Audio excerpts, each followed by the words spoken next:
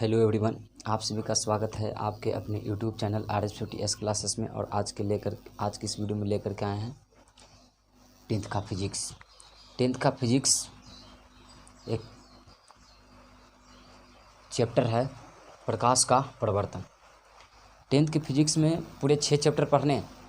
सबसे फर्स्ट वाला पढ़ना है जो प्रकाश का प्रवर्तन है, और सेकंड पढ़ना जो प्रकाश का प्रवर्तन है, तीसरा है जो पढ़ना मानव नेत्र तथा रंग बिरंगा संसार, और चौथा पढ़ना विद्युत धारा, पांचवा पढ़ना विद्युत धारा के चुंबकीय प्रभाव, और छठा पढ़ना ऊर्जा का स्रोत। तो आज हम जो चालू करने वाले हैं, फर्स्ट चैप्टर चालू करने वाले हैं प्रकाश का प्रवर्तन। क्या चालू करने वाले हैं? प्रकाश का प्रवर्तन। समझ लेना, प्रकाश का प्रवर्तन। प्रकाश के प्रवर्तन से सबसे पहले समझने के लिए प्रकाश चलेंगे। क्यों? क्योंकि प्रकाश समझेंगे नहीं, प्रकाश का प्रवर्तन कैसे समझ सकते हैं? तो उसके लिए तो सबसे पहले प्रकाश ही समझोगे ना। तो सबसे पहले चलते हैं प्रकाश के बारे में। तो समझ लेना, प्रकाश वह ऊर्जा का स्रोत है। प्रकाश वह ऊर्जा का स्रोत है जिसकी सहायता से हमारी आँखों को क्या करता है, देखने में मदद करता है, या क्षमता प्रदान करती है। प्रकाश कहलाता है। सीधी सी डिफिनेशन है। मतलब सोचो कि यदि मेरा आँख रहे और प्रकाश न रहे तो क्या देख सकते हैं क्या? अभी यहाँ पे जो सिस्टम चल रही है, इसी सिस्टम यदि सारे के सारे लाइट यदि बंद कर दिया जाए तो क्या हम पढ़ा पाएंगे? नहीं पढ़ा पाएंगे। मेरा आँख भी रहते हुए भी ना नहीं देख पाएगा। इसलिए नहीं दे पाएगा क्योंकि प्रकाश का क्या है, कमी है। कोई भी यदि अंधेरे कमरे में यदि कोई भी मतलब कि लाइट वाले कमरे में यदि एंट्री करते हो और वहाँ पे सारे के सारे लाइट यदि ऑन कर देते हो, ऑफ कर देते हो, तो सारे पे वहाँ पे लाइट क्या हो जाएगा, कमी हो जाएगा। और जब लाइट कमी हो जाए तो तुम्हें कुछ दिखाई नहीं देगा। क्यों नहीं दिखाई दे रहा? इसका वजह क्या कि लाइट की कमी है। लाइट के कारण ही हम लोग क्या करते हैं, देखते हैं। सीधी सी डिफिनेशन है। तो कह सकते हैं कि लाइट उसे कहते हैं जो हमें देखने में मदद करती है, ये भी बोल सकते हैं। या ऊर्जा का रूप है, या वह ऊर्जा का रूप है जो हमारे आँखों को देखने में मदद करती है, प्रकाश कहलाता। लेकिन हाँ, एक झटके में तो मैंने प्रकाश के बारे में इतना डेफिनेशन बोल दिया, लेकिन प्रकाश को पहचानने के लिए कई प्रकार के गुण होता है। उस गुणों के बारे में हम तुरंत समझेंगे। तो प्रकाश के गुण आखिर एक्चुअल में होता है क्या? प्रकाश के गुणों के बारे में हम समझेंगे कि प्रकाश के गुण आखिर कैसे कैसे होता है और क्या होता है। तो सबसे पहला बात कर रहा है कि प्रकाश सीधी रेखा में गमन करता है। गमन करना मतलब चलना। प्रकाश कौन सा रेखा में गमन करता है? सीधी रेखा या सरल रेखा में गमन करता है। जिससे मान लो कि यहाँ पे एक टॉर्च है। क्या है? एक यहाँ पे क्या है, टॉर्च है, ठीक ना। यहाँ पे क्या है, टॉर्च है। और यहाँ से जब भी प्रकाश निकलेगा ना, तो एक बात समझना, इस तरह से टेढ़ी मेढ़ी में नहीं निकलेगा। जब भी चलेगा तो कौन सा रेखा में चलेगा? सीधी रेखा में चलेगा। बात समझ में आ रहा होगा। ऐसा नहीं कह सकते हैं, है ना, कि इन नागिन डांस की तरह ऐसे चलता नहीं, एकदम सीधे निकलता। प्रकाश की चाल कैसे निकलता? एकदम सीधे निकलता। समझ रहा होगा। तो कह सकते हैं कि प्रकाश की चाल होता है जो एकदम सीधी रेखा में होता है, सरल रेखा में होता है। दूसरा बात, ये बात क्लियर हो गया होगा। दूसरा कह रहा कि प्रकाश एक ऊर्जा का रूप है। ये बात समझना, बात भी सही है कि प्रकाश एक ऊर्जा का रूप है। क्यों? क्योंकि प्रकाश, मान लो कि बल्ब ही नहीं कर रहा है, ये जो बल्ब नहीं कर रहा, बल्ब से जो ये लाइट नहीं कर रहा, तो कैसे नहीं कर रहा? कहीं न कहीं उसमें विद्युत ऊर्जा दिया जा रहा है। तो विद्युत ऊर्जा को किस ऊर्जा में कन्वर्ट कर रहा है? प्रकाशीय ऊर्जा में कन्वर्ट कर रहा है। थोड़ी देर के लिए और भी सोचो कि जो ये लालटेन इस सब में भी कई ऊर्जा लेते हैं, तब प्रकाश ऊर्जा में कन्वर्ट करता है। तो कह सकते हैं कि ऊर्जा का क्या रूप है? ऊर्जा लेने के कारण ही क्या दे रहा है? प्रकाश दे रहा है। तो एक कह सकते हैं कि प्रकाश से क्या है, ऊर्जा का एक रूप है। भी बात समझ में आ गया हो, क्योंकि बल्ब विद्युतीय ऊर्जा को क्या करता है, प्रकाश से ऊर्जा में कन्वर्ट करता है ना। तो वो भी ऊर्जा ले रहा है, तो भी ऊर्जा दे रहा है प्रकाश के फॉर्म में। तो प्रकाश से क्या है, ऊर्जा का रूप है। फिर दूसरा बात कर रहा है कि प्रकाश के चाल अलग अलग माध्यम में अलग अलग होता है। ये बात पूरा अच्छा समझेंगे, ठीक ना, कि प्रकाश की चाल अलग अलग माध्यम में अलग अलग होता है। बात भी सही है, क्योंकि यदि प्रकाश का चाल निर्वात में कुछ और होता है, कांच में कुछ और होता है ना, और पानी में कुछ और होता है। और ये भी कह सकते हैं कि मिट्टी के जो तेल होता है, केरोसिन तेल इसे बोलते हैं देहाती क्षेत्र में, ये भी इसमें भी कुछ अलग अलग होता है। तो अलग अलग माध्यम में करने पर इसका क्या होता है, चाल इसका अलग अलग होता है। जैसे सोचो कि निर्वात में इसका प्रकाश की चाल कितना होता है? 3 लाख किलोमीटर पर सेकंड होता है। एप्रॉक्स कहा जाए कितना, 3 लाख, 1 2 3 4 5 3 लाख किलोमीटर पर सेकंड होता है। यदि इसी को है ना तोड़ोगे तो 10 के पावर है ना 100, ये कितना, ये 1 लाख किलोमीटर कितना पर सेकंड। तो इसको ऐसा कर दो ना कि 10 के पावर कितना, ये 5 है। अब बताओ कि किलोमीटर को मीटर में करोगे तो कितना, 1000 से करोगे ना जी, है ना। और मीटर क्या होगा, ये पर सेकंड होगा। तो 3 गुना 10 के पावर कितना, 5 है। 10 के पावर कितना, 3 है। मीटर पर सेकंड होगा कि नहीं होगा? तो 3 गुना 10 के पावर कितना हुआ, 5 3 कितना, 8 मीटर क्या हुआ पर सेकंड। तो कह सकते हैं कि इसका जो प्रकाश की चाल होता है 3 × 10⁸ मीटर पर सेकंड होता है। और इसको तोड़ करके बोलोगे तो 3 लाख किलोमीटर पर सेकंड होता है।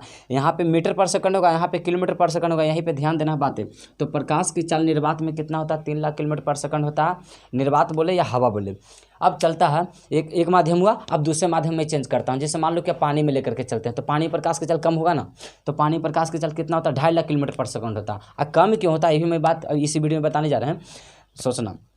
अब कह रहा है क्या कि ये इसमें कांच प्रकाश की चाल देखा जाए तो कितना होता है? 2.5 लाख किलोमीटर पर 2 लाख किलोमीटर पर सेकंड होता है। समझ में आ रहा ना? मतलब ये हवा में बोले तो 3 लाख, हवा या निर्वात में बोले तो कितना? 3 लाख किलोमीटर पर सेकंड। और यदि पानी में बोले तो कितना? 2.5 लाख किलोमीटर पर सेकंड। और ये कांच में बोले तो कितना होगा? 2 लाख किलोमीटर पर सेकंड। मतलब यदि माध्यम को मैं चेंज कर रहा हूँ तो इसका चाल क्या हो रहा? अलग अलग हो रहा। लेकिन सोचो कि निर्वात में प्रकाश की चाल ज़्यादा क्यों होता? क्योंकि निर्वात तो पता ही होगा निर्वात किसको बोलते हैं। निर्वात उस माध्यम को कहते हैं जहाँ पे कोई कण नहीं होता। जैसे मान लो कि यहाँ पे है क्या, यहाँ पे हमारे वायुमंडल में काफ़ी ज़्यादा कण होता है। पृथ्वी पे यहाँ पे जो कुछ वायुमंडल है उसमें कुछ न कुछ कण डस्ट वगैरह उड़ते रहता है, इसमें प्रकाश की चाल कुछ टक्कर करता है तो उसका स्पीड क्या हो जाता है? कम जाता है।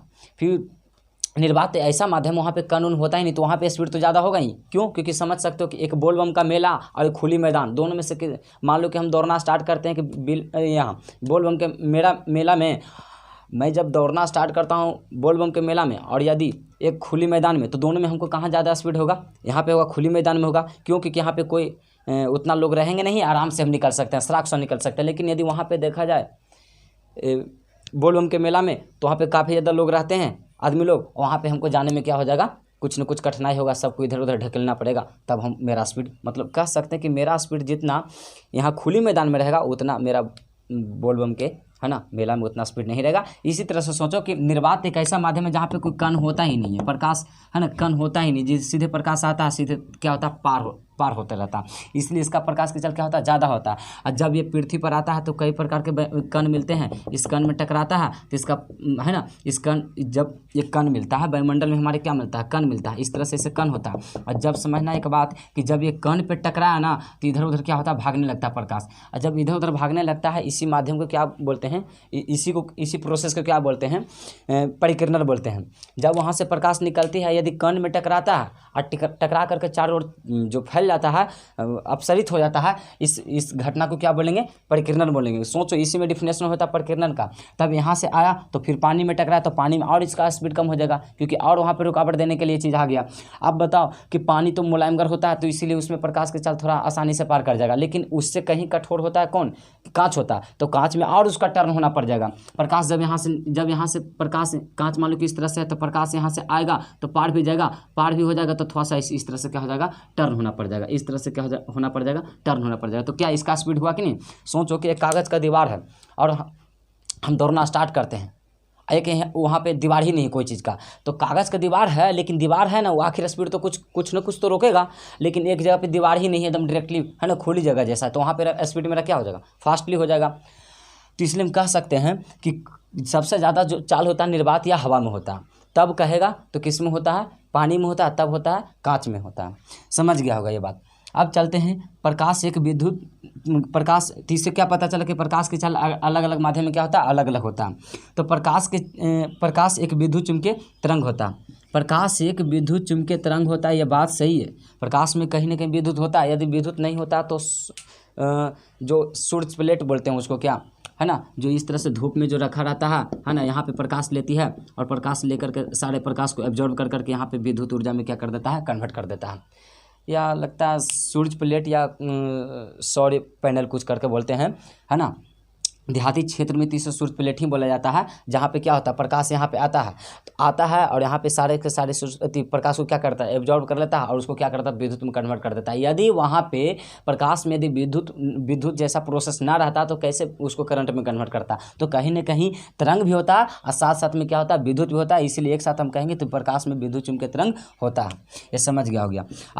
अब आता है प्रकाश में फोटोन नामक कण पाया जाता है। बात सही है ना। ये न्यूटन ने ही बोला था कि प्रकाश में क्या होता है? कण होता है। कणिक सिद्धांत का प्रतिपादन वही क्या था, वो तुम्हें पढ़ना है, किसमें? इंटरमीडिएट में पढ़ना है, पता चल जाएगा। प्रकाश में कहीं ना कहीं कण होता है और उस कण का नाम क्या है? फोटोन है। तो प्रकाश में क्या होता है, फोटोन नामक कण पाया जाता है। इसमें समझेंगे कि न्यूटन के अनुसार प्रकाश की चाल प्रकाश उत्पन्न करने वाले स्रोतों के ताप पर निर्भर करते हैं। प्रकाश स्रोत आखिर है क्या, इसी वीडियो में हम तुरंत समझाने वाले हैं। प्रकाश स्रोत कहाँ गया, ये प्रकाश उत्पन्न करने वाले स्रोतों के ताप पर निर्भर करता है। पर न्यूटन ने बोला क्या, न्यूटन ने बोला है कि यदि प्रकाश की चाल कहीं न कहीं स्रोतों के ताप पर निर्भर करता है, जो कि ये थ्योरी क्या गलत है। ये थ्योरी गलत है, तुम्हें पता चल जाएगा।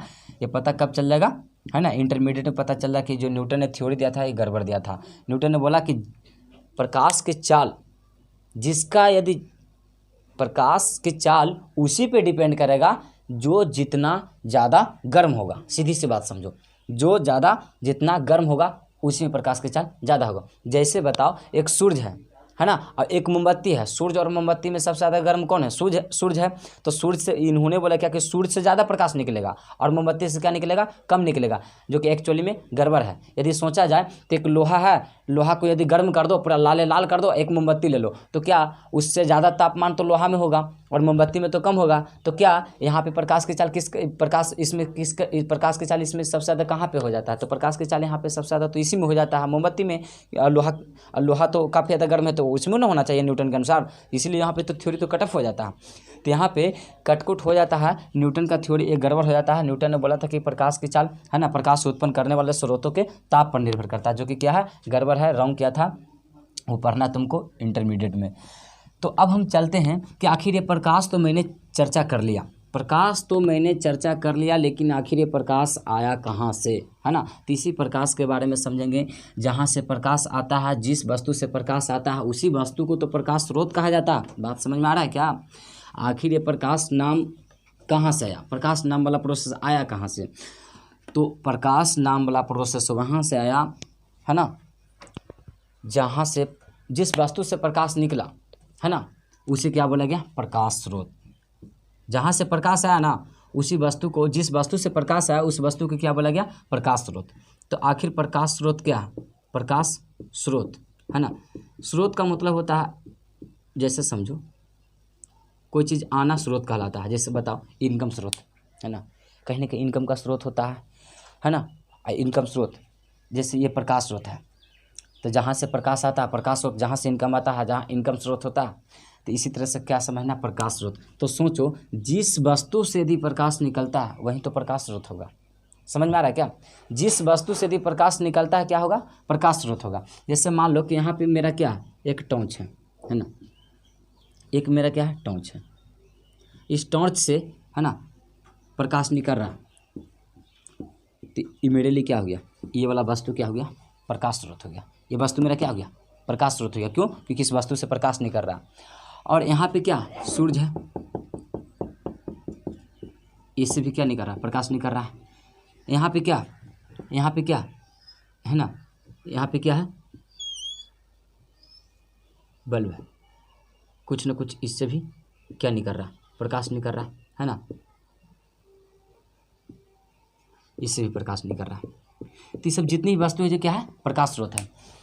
तो कह सकते हैं कि वैसा पदार्थ या वैसा वस्तु जिससे प्रकाश निकले, उस वस्तु को क्या बोलेंगे, प्रकाश स्रोत बोलेंगे। सीधी सी बात है कि जिस वस्तु से प्रकाश निकलता है उसे क्या बोलते हैं, प्रकाश स्रोत बोलते हैं। लेकिन कुछ देखा गया कि ऐसा प्रकाश स्रोत है ना, जो कि हम लोगों ने नहीं बना सकते हैं। कुछ ऐसा प्रकाश स्रोत है जो हम लोगों ने बनाया है, और कुछ ऐसा प्रकाश स्रोत है जो मानव से संभव है ही नहीं, मानव बना ही नहीं सकता। कुछ ऐसा प्रकाश स्रोत है जो मानव ने बना सकता है। तो जो मानव ने नहीं बनाया वो प्रकृति ने बनाया है। भगवान समझो या प्राकृतिक समझो, जो भी समझो, लेकिन जो प्राकृतिक ने बनाया है वो हो जाएगा प्रकृति। ये दो प्रकार के बंटवारा हो गया। देखो कैसे दो प्रकार का बंटवारा होता है। जो प्राकृतिक ने बनाया उसी को बोला गया प्राकृतिक प्रकाश स्रोत, और जो मानव ने बनाया, आदमी ने बनाया, हम लोगों ने, साइंटिस्ट द्वारा ने बनाया, उसे बोला गया, है ना, उसे बोला गया मानव निर्मित प्रकाश स्रोत। सोचो कि मानव निर्मित प्रकाश स्रोत के बारे में, है ना, तो मानव निर्मित प्रकाश स्रोत बहुत सा हो सकता है, जैसे टॉर्च, बल्ब, लालटेन, मोमबत्ती। क्या भगजुगनी, जिसे जुगनू बोलते हैं, है ना, किताई भाषा में जुगनू बोलते हैं, लेकिन ऐसे देहाती क्षेत्र में भगजुगनी बोलते हैं। तो अब बताओ, जुगनू क्या मानव बना सकता है क्या, साइंटिस्ट बना सकता है, नहीं बना सकता। क्यों, क्योंकि वो प्राकृतिक प्रकाश स्रोत है। तो सीधी सी बात है, प्रकाश स्रोत बोलेगा तो बोलना कि जिस वस्तु से प्रकाश निकलता हो प्रकाश स्रोत कहलाता है। यह दो प्रकार का होता है, मानव निर्मित प्रकाश स्रोत और प्राकृतिक प्रकाश स्रोत। तो जिस वस्तु से नहीं बोलना, प्राकृतिक प्रकाश स्रोत में बोलना कि प्रकृति के द्वारा बनाया गया वैसा वस्तु जिससे प्रकाश निकलता हो प्राकृतिक प्रकाश स्रोत हो जाएगा। जैसे है ना, क्या होगा, सूरज, तारा, जुगनू, ये सब होगा। अब मानव निर्मित प्रकाश स्रोत, तो बोलना कि मानव के द्वारा बनाया गया वैसा वस्तु जिससे प्रकाश निकलता हो वह मानव निर्मित प्रकाश स्रोत कहलाता है। जैसे टॉर्च हो गया, बल्ब हो गया, मोमबत्ती हो गया, लाइट हो गया, ये सब हो गया। तो बाकी हम प्रकाश के परिवर्तन में नेक्स्ट क्लास से वीडियो लेकर के आएंगे इसी तरह से, है ना। तब तक कि आज के लिए क्लास इतना ही तक।